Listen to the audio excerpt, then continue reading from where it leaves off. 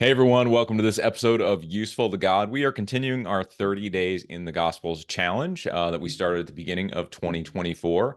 And today I have with me Dr. Craig Hendrickson. He's been a guest on Thinking Christian, my other podcast, before. But we're going to have a discussion today about Matthew 12 and the passage that's normally known as and presents Jesus as Lord of the Sabbath. So, Craig, welcome. Thanks for being here, man. How's life treating you?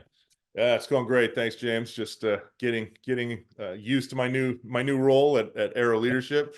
Getting through the holidays. Sent our daughter back to college, so of course in grieving stage for that because she's a freshman. But other than that, life is good. Life is good. Yeah, and if folks want to know more about Arrow Leadership, number one, I'll put the links to Arrow Leadership in the show notes, but then they should also check out Thinking Christian. I'll link over to the other podcast so they can kind of hear you talk a little bit about leadership and what Arrow does, and just follow our conversation there. But today we're going to be looking at the Gospels. So Awesome. Matthew chapter 12. Um, I read through this passage. I've been studying through the Gospels as I've been prepping for these podcasts. And one of the things that really struck me was that I'd not really noticed that in chapter 11, Jesus ends this moment before he's called Lord of the Sabbath with, "For my yoke is easy and my burden is light." Mm-hmm. Like that end of chapter 11, he's inviting people to come to him and give him rest. Any thoughts on that, like that connection and how this should flow together? What should we think about that? Yeah, I mean, I love that connection because, like you, I probably hadn't necessarily paid attention to that connection either, necessarily, right? Like sometimes I think we Right. get trained to read these things with these artificial chapter insertions, right? That's right. And it's like, okay, whole new topic, but it really is this flow that I love because it to me is really, it's come to me, all you who are weary and burdened, right? And I'll give you rest. And Yeah. there's this idea with the yoke, the burden that we get often sucked into.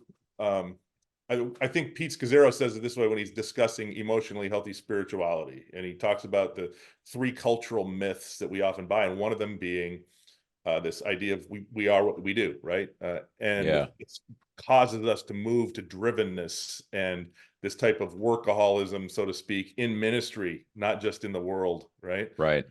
And I think this passage, both in chapter 11 and chapter 12, is in some ways, I don't want to say a direct rebuke of that, but a challenge at minimum to that idea, right? And that we go through life trying to do and accomplish all these things for our glory. And Yeah. ultimately here Jesus saying, hey, you know what? My yoke is actually lighter than that, right? There's this and Yeah. there's this connection to me of that idea, right? Of like, you're weary, you're tired, come to me. Sabbath, for those who are weary and tired, it's rest. Cease striving. This is, what I'm saying? Like, and so for me, there's that Right. connection, Right. I think, between those two ideas that we often miss, even though it makes total sense. Yeah. And what I really find fascinating here at the end of chapter 11, Jesus is sort of praying to his father initially, right? Yeah. And he says, he's glad that these hidden things haven't been revealed to the wise of the world. Mhm. That he's very gracious for the will of God, and that he says in verse 27, all things have been handed over to me by my Father. No Yeah. one knows the Son except the Father, and no one knows the Father except the Son, and Right. anyone to whom the Son chooses to reveal him. And so you have then this call of really even just beyond our earthly labors. It's sort of like an invitation to come and know not only Christ, but the Father and join in this new sort of thing that Jesus is bringing to light. And Yeah. so you have this sort of interesting intertwining of the physical labor aspect, the busyness aspect, the Mhm. haste aspect, Yeah. but then you also have this sort of almost eschatological sort of feel to it, where it's pointing forward to something even more restful, which probably we'll get into as we think about Sabbath anyway. Yeah, and yeah, to me that's a great connection. Like we think about this, right? We go back to the beginning. What does God do? He models Sabbath, right? Rest. Here's the Right. beginning. here's the middle, so to speak, of this connection. Yeah. And then, as you mentioned, here's the end where it's rest, the call back to rest, ultimate rest, right? And they're all Yeah. basically woven together in this tapestry, right? That we Right. often don't pay attention to. It's got this sort of fantastic, almost symbolic kind of feel to it, where, because Sabbath comes at the end of God's creative activity there in Genesis, it does represent something of the established order that God had created that he'd intended Yeah. for his creation that ultimately is now broken. And I think a lot of these passages in the gospel, maybe this one included, it's gesturing toward that restoration to that intended order. It's this Yeah. moment where it's like Jesus is saying, look, things are jacked beyond all recognition. Like this is Yeah. not good. But if you Yeah. come to me, my yoke is easy and my burden is light. You'll get your rest. Absolutely. And when you think about it, right, like what you're communicating right now, this is something that God has. He didn't just model it in creation. He also continually invites Israel to do this, right? This process of restoration, of rest, of the creation, the land, and the people needing this, right? And so Yeah. he does what? He institutes Sabbath years, right? Where the ground needs to rest and Right. the earth to be restored, where people are being released from bondage, from, and all these different things where we've got Right. this cycle all the time, right? That goes from that corruption of the fall, right? Yeah. All the way through. And God continues to invite back, and we continue to resist, right? And Yeah. here we are, kind of Jesus again saying, look, right? No, this is something that my Father has been inviting us into, right? From the beginning. And I'm Lord of this, right? And I'm trying to tell you, right, that it's necessary, and then it culminates. Yeah, and I mean that's where it's going to pivot in this first chapter of 12. And I mean, I just like I said, I hadn't really noticed the connection before until I went back and studied it this time. Yeah. But yeah, I mean this idea of Sabbath, I think it's important to kind of dig into a little bit because there's got to be a different conception, I think, between what the Pharisees were thinking when they say it's not lawful to do this, to do what's happening on the Sabbath. So Jesus and Yeah. his disciples are walking through these heads of grain and they're picking them and eating them. And the Pharisees are like, whoa, hold up. That's Yeah. against the law. Right. But it's not against God's law. Right. Right. The Sabbath was intended, yes, to sort of gesture toward that 6 days of work, seventh day of rest pattern. You see that in Exodus 20 in the command to Sabbath there. But Yep. then when it shifts over even into Deuteronomy, what you see is a reorientation of the Sabbath command or a reinterpretation of the Sabbath command to gesture toward remembering Egypt. And Hmm. so it had these undertones, I think, of, God doesn't provide in the same way that the gods of Egypt provided. And so Right. when you're taking this rest, you're now demonstrating this difference that God makes. And Right. so your perception of this, Craig, like when the Pharisees are saying, hey, look, what don't do what is unlawful on the Sabbath, like Mhm. what are they really talking about there? Why has Sabbath become such a big deal in this way?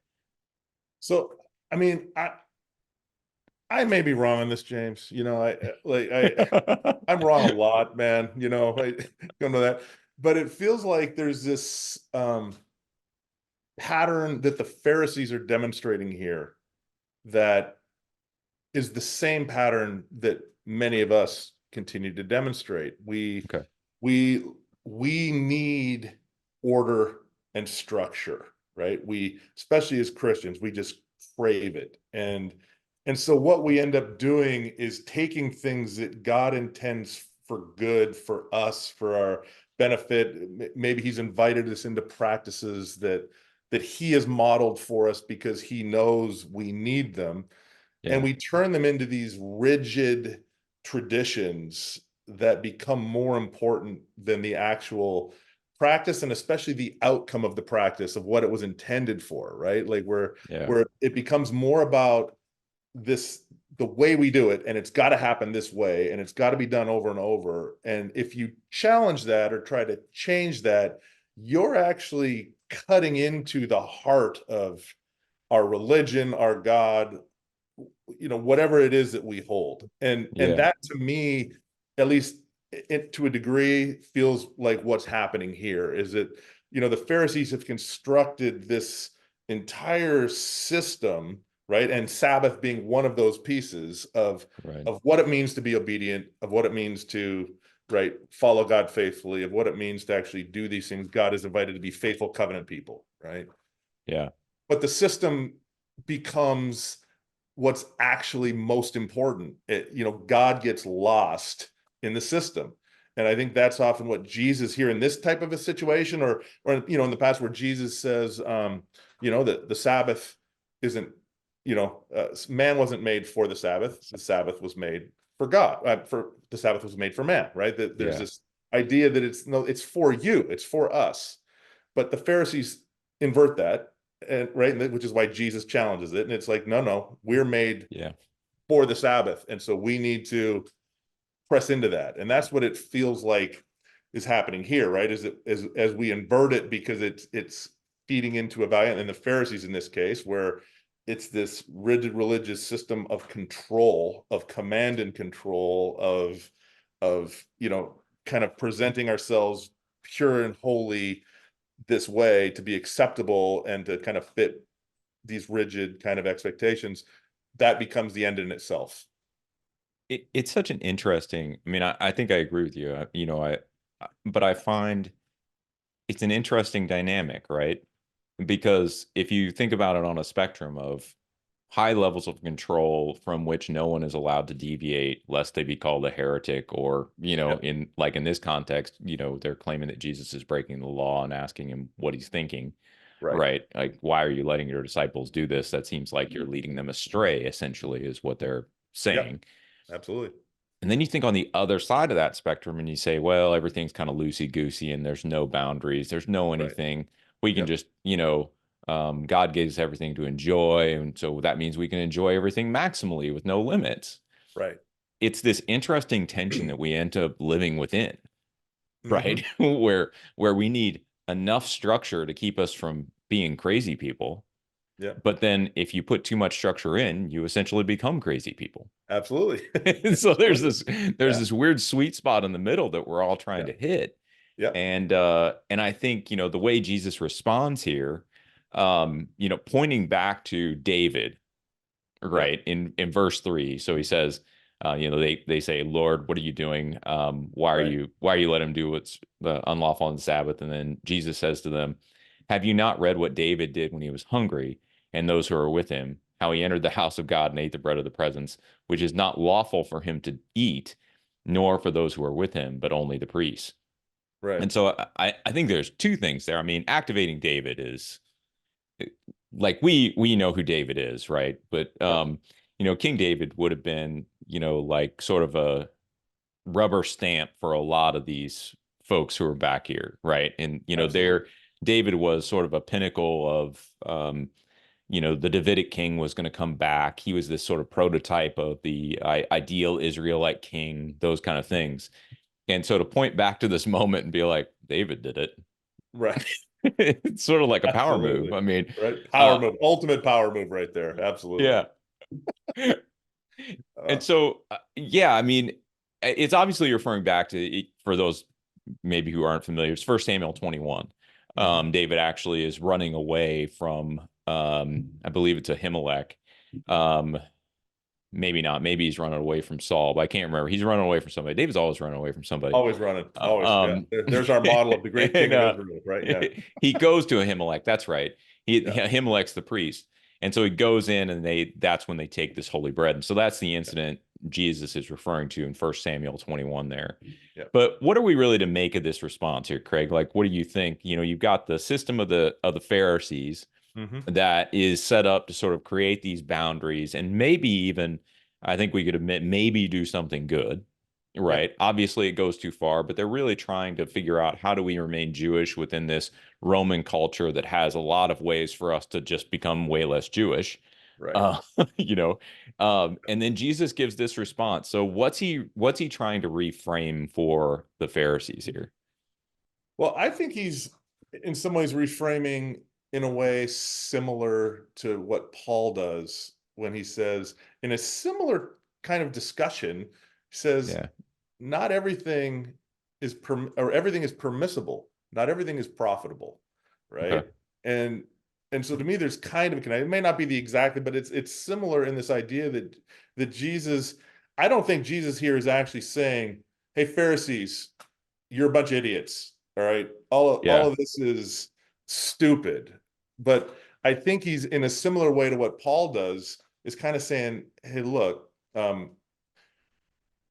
yeah, but right, there is this necessary invitation to come back to what's actually more profitable for us." Now, you mentioned it, right? You've got, just like what we see in our culture today, the swing, the hard this way, right? And it's like either Right. or, and people can't live in that tension and then in that gray. And the Pharisees, who are really strong here, the difference is Jesus isn't like way over here, right? Like Jesus Right. is probably like somewhere like right in here, potentially, to use, for lack of a better thing. But the Pharisees have gone so hard on this call to follow the rules and to construct all these things they think are necessary to protect their religion, their people, their faith, like you said, from Roman culture, from Sure. corruption, from everything else. What they've done is constructed a system that is keeping people away from God, right? Like Yeah. that people can't actually have access. And so what I've always perceived Jesus to be doing here is saying, no, you've made it impossible. You've made it impossible for people to actually get out of this what God intended them to get out of this.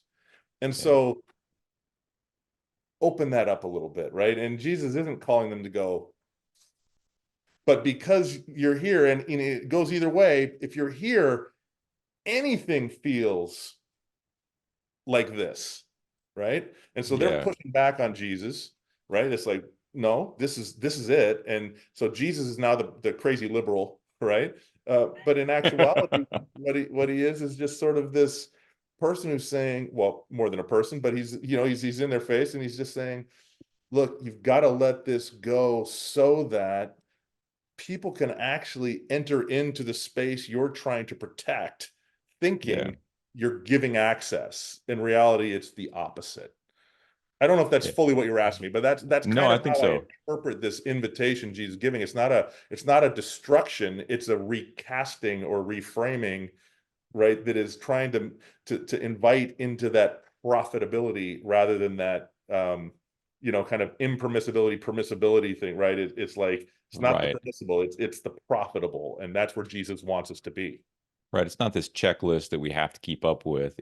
There's a spirit behind this that we should recognize and reckon with some of the maybe non-legal paradigms that we have set. So Absolutely. David's story is just that. It's a story. I Yeah. don't think it was intended to set some sort of a legal precedent, No, but at the not at same all. time, it's not something that was that he was condemned for.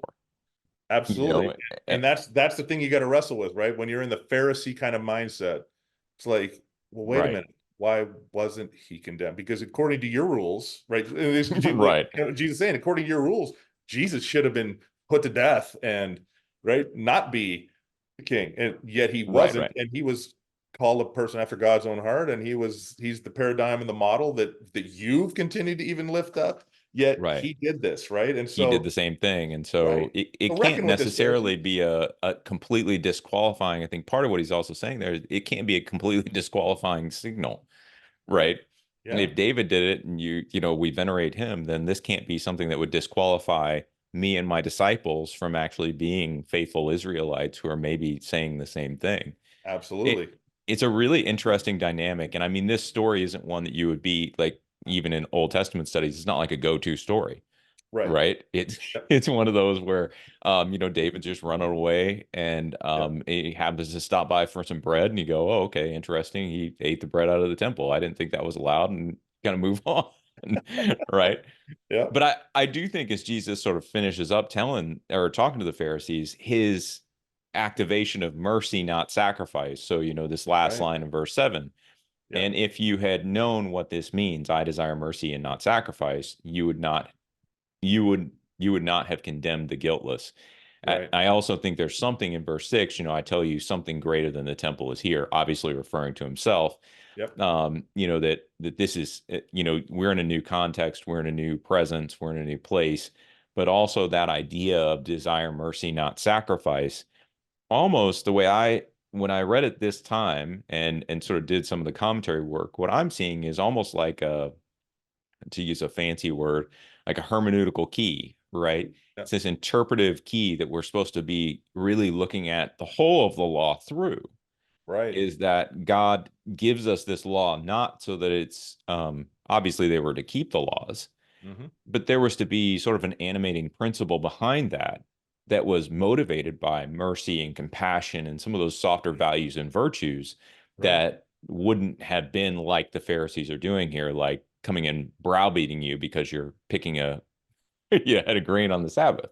Absolutely. Well, it's what Jesus, to me, what I hear you saying, which I agree with, is what Jesus is doing when he rebukes the Pharisees again, much more harshly in Matthew 23, right? And Yeah, he says, "Hey, yeah, you Pharisees, you whitewashed tombs, you're doing this, you're doing that. You give your tithes, your mints, your dill and your cumin, and all this stuff, but yeah, you've neglected the weightier things of the law, right? yeah, Faithfulness, justice, right? Mercy. I can't yeah, remember the exact words he uses other than, faithfulness and justice, but there's that, and yeah, I think mercy, but it's that call to the heart of the law yeah, rather than these rigid religious uh kind of practices that you've set up to make yourself feel like you're meeting the requirements and the letter of the law.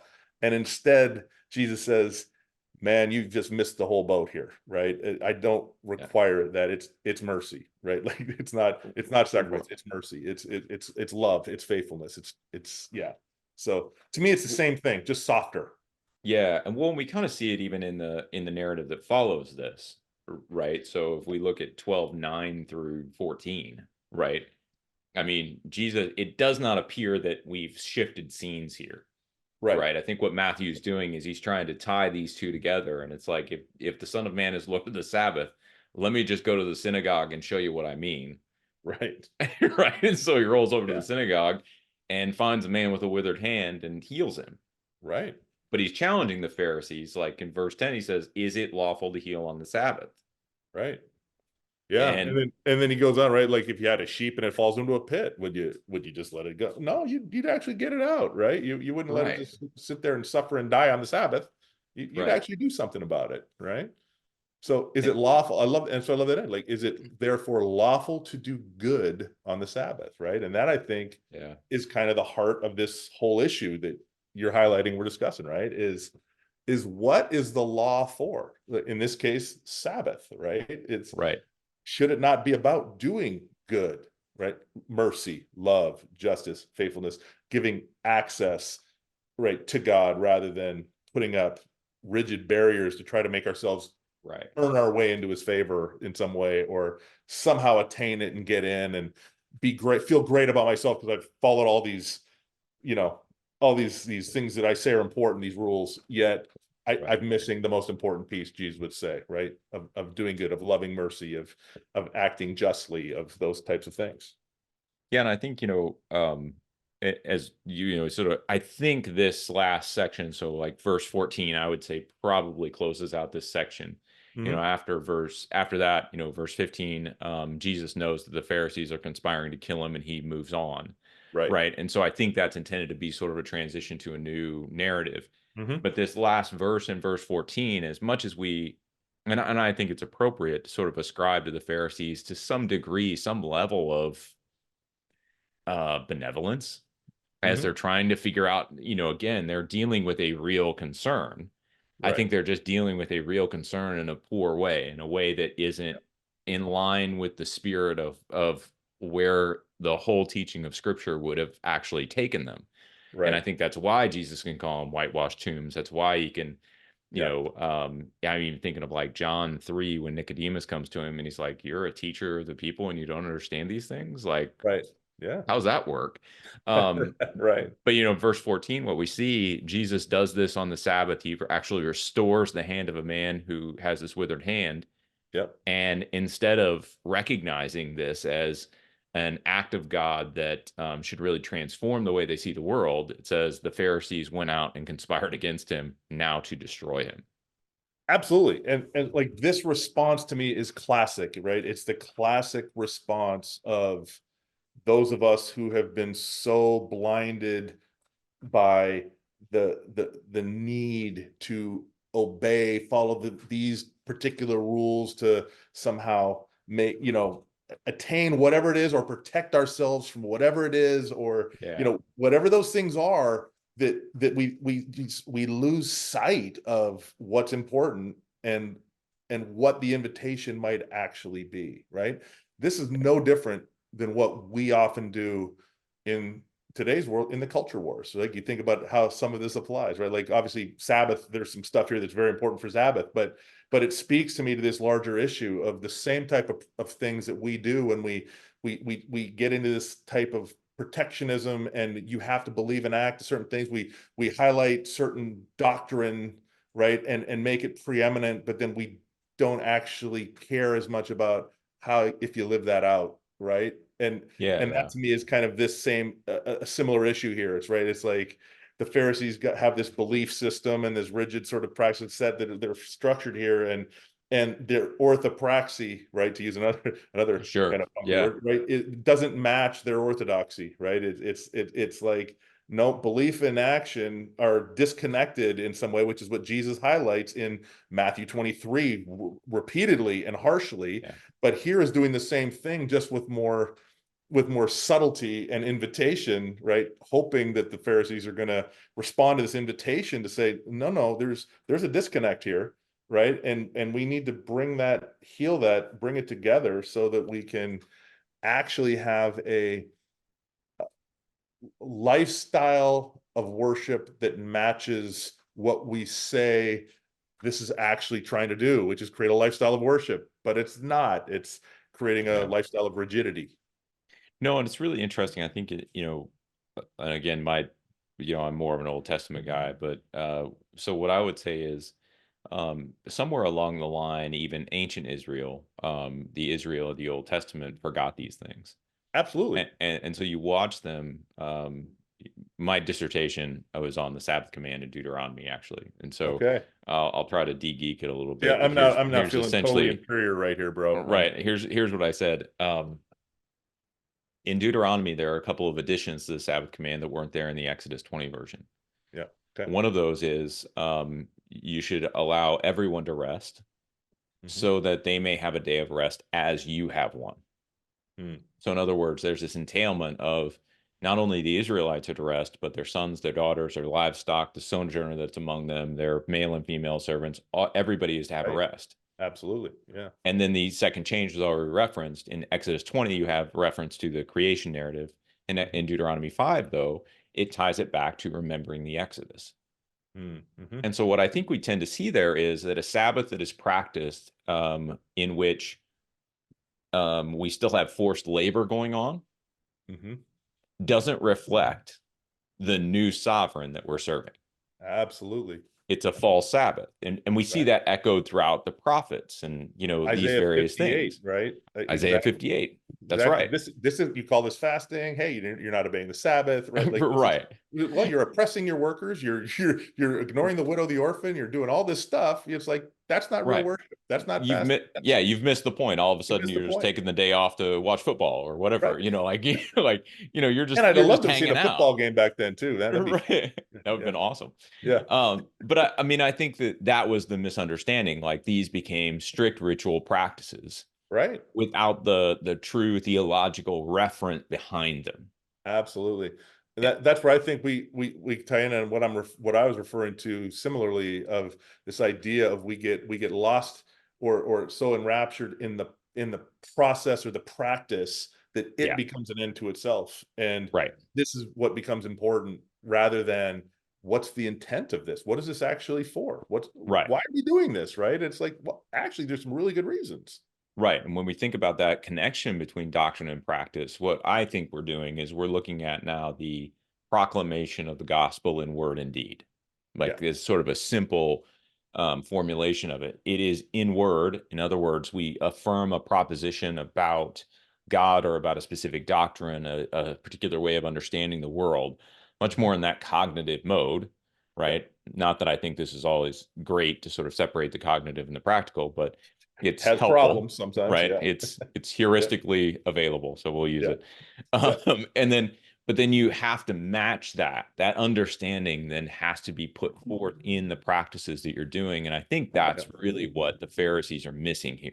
Right. You Well, and know, this, yeah, and this is why, like, to put it in even simpler terms that we can probably all grasp or wrestle with, but that we often miss, is that there's a reason Jesus answers the question that was asked of him with two greatest commandments, yeah, right? Like, the Pharisees are very much here in love God with all your heart, soul, mind, and strength. And they're really trying. Like, they think they are doing that by what they're doing, yeah, but they're not. Jesus here is giving the invitation, actually living out loving their neighbor as yeah, themselves. Like, what, yeah, and they've weighted it. And that's exactly what we tend to do, right? And this is why, when yeah, that expert in the law, like, what's the greatest commandment? Well, love God with all your heart, soul, mind, and strength. And the second and is like it, love your neighbor as yeah, yourself. But even us, we stop often at that first one, yeah, right? And then we often do the same thing. And who is my neighbor, right? And right. we wrestle with that.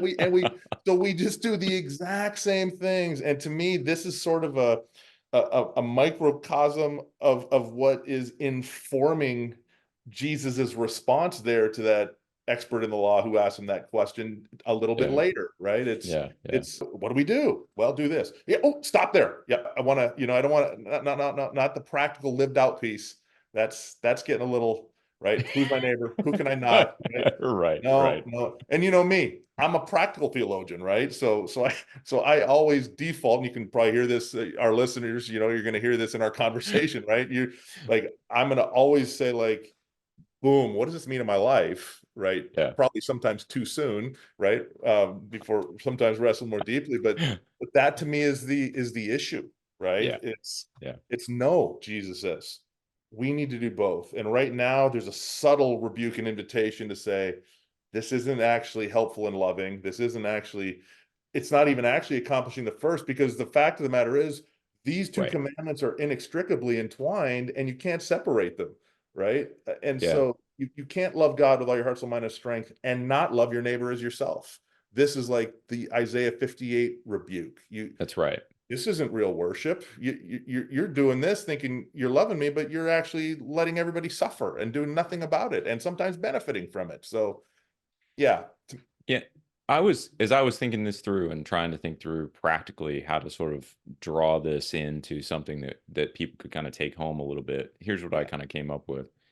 I think that the mistake the Pharisees are making is one that we often make ourselves, is mhm, that we think we can worship God on our own terms. absolutely, yeah, And so what they're doing is they're setting the terms of engagement here. yep, And they're setting the terms of engagement for themselves, but they're also trying to set them for the Jewish community of the day. right, And in setting those terms, what they've done is they've essentially squeezed God out of the process. I mean, this is something you said earlier, like God gets lost here. Yeah, yeah, he gets pushed out because yeah, ultimately now what matters is it's the terms that I've set. yep, It's not what God's word says, it's the terms that I've set. And yeah, I think this passage it demonstrates something that's really kind of cool, which is Jesus's escalation. I think between these two passages is fascinating, right? He yeah, goes from his disciples plucking heads of grain to healing somebody in the synagogue. yeah, Like it's sort of the ultimate trump card. Like, boom, this is what we're going to do here. yeah, And so I think that what he's trying to illustrate here is that, we are not able to come to God on our own terms. And so if we're going to lead one another into this, right, if you're really going to be teachers of the people, you have to allow God to set the terms of the engagement. yeah, yeah. I like that. No, I think that's actually a great summary and takeaway. And so for me, then, if I was going to take that just a slice it further, I'd say then really to Yeah. me what it is an invitation to humility. It's an invitation to saying, Yeah. I need to hold much more loosely those practices and systems that I feel are so crucial, and realize that if the system or the process is actually not facilitating love, mercy, response in my life to love my neighbor, right? Yeah. There's something missing in my process and my system. Yeah. Sabbath, right, is designed very much, as Jesus makes clear in other places, for us, right, to Yeah. rest. And you've highlighted really well these theological informatives, or those drive Right. motivators of not just creation but exodus, right, of this Yeah. release or liberty coming out of captivity. And so the invitation then is for me to say, like, all right, am I engaging in a bunch of practices that really have just become practices? Like, they're things I do because they're comfortable and I feel like I'm doing my duty and what I'm supposed to do to please God in some way, or to kind of live in this, right? Where in actuality, what I might be doing is actually missing God altogether, Yeah. because it's become more about that. I do my daily quiet time, right? But gee, I haven't really encountered God in my quiet time for months, because Right. it's more about doing the quiet time, right? Rather than Right. having an encounter, an engagement, a relational experience with the living God. And so I think it's a good call or an invitation to evaluate those things that I do, like, that I think Yeah. may be helpful. And maybe at some point, maybe they were helpful, but that perhaps I've But made something different of them, and I need to just shift and say, it's not about this. And so when I was teaching my students at Moody in our spiritual life and community class, right? One of the yeah. things I Yeah. talk to them, and they'll get frustrated with me because I'll say something like, look, a lot of you guys are doing this daily quiet time, et cetera. And when I ask you for your hands, I say, you talked about you feel distant from God. You haven't felt connected to God for months, all these kind of things. And I'm like, so maybe you need to stop doing your daily quiet time the way you're doing it, and stop just studying the Bible. Maybe you actually need to have an encounter with the Bible and try meditating and taking it in deeply, doing it a different way for a Right. time, right? But that obviously gets pushback from folks who have been taught a Yeah. certain way that quiet time has to be, or that Bible intake has to Has be. to happen. We Yeah. have to do exegesis. And I'm like, Yeah. well, maybe it's good to know. Like, I do want to know that, but for those of us who are not wired with this deep intellectual kind of wiring, doing a bunch of exegesis might actually have the opposite effect. Whereas Yeah. actually allowing the scripture to speak into my heart may be Yeah. good, right? And that provides the balance to those things, right? And Yeah. and Yeah. obviously, this is not me calling to say stop studying your Bible, right? It's like, No, no, no. you need to, but sometimes we need to vary the ways we do things so that we don't miss God with the very practices that we have engaged in to try to have an encounter with God. And No, sometimes we do yeah, that. I 100% agree. I mean, I think, and we'll close it up maybe after this, but I think Lauren Winter's book on the dangers of Christian practice really is the dynamic that you're talking about. She argues that, every practice has built in it the capacity to deform the practice. Absolutely. And, Yeah. and so, Yeah. Like there's a that. sense in which there's no practice that we can engage in that we can't manipulate and use for our own interests. Right. And, we're not supposed to be approaching this with our own interests in mind. We're supposed to be Yeah. approaching this to be changed and transformed, Yeah. conform more to the image of Christ. And Absolutely. so I think we have to, I think the word on humility is a really good one. The Pharisees just felt like they had their system down and this is what we Mhm. want and this is how we're going to make it work. Absolutely. And they've completely lost a sense of, or maybe they haven't lost it, but they've disallowed a sense of the mystery of God and the way that he Yeah. actually moves and works. And in doing so, they really do miss out on justice, mercy, faithfulness, Absolutely. all those kind of things. Absolutely. Yeah, 100% agree. Love how you wrapped it up. I'm not even going to add anything, because then I feel like I just undo what you just did. Well, sweet, man. Hey, this has been an awesome conversation. Really appreciate you being here to kind of walk through this passage with me and Yeah, a with lot our of fun. listeners. And so, like I said, if you want to check out more from Craig on Arrow Leadership, those links are in the show description. And outside of that, we will catch up with you next episode of Useful to God. Thanks, everybody. Take care. Awesome. Thanks.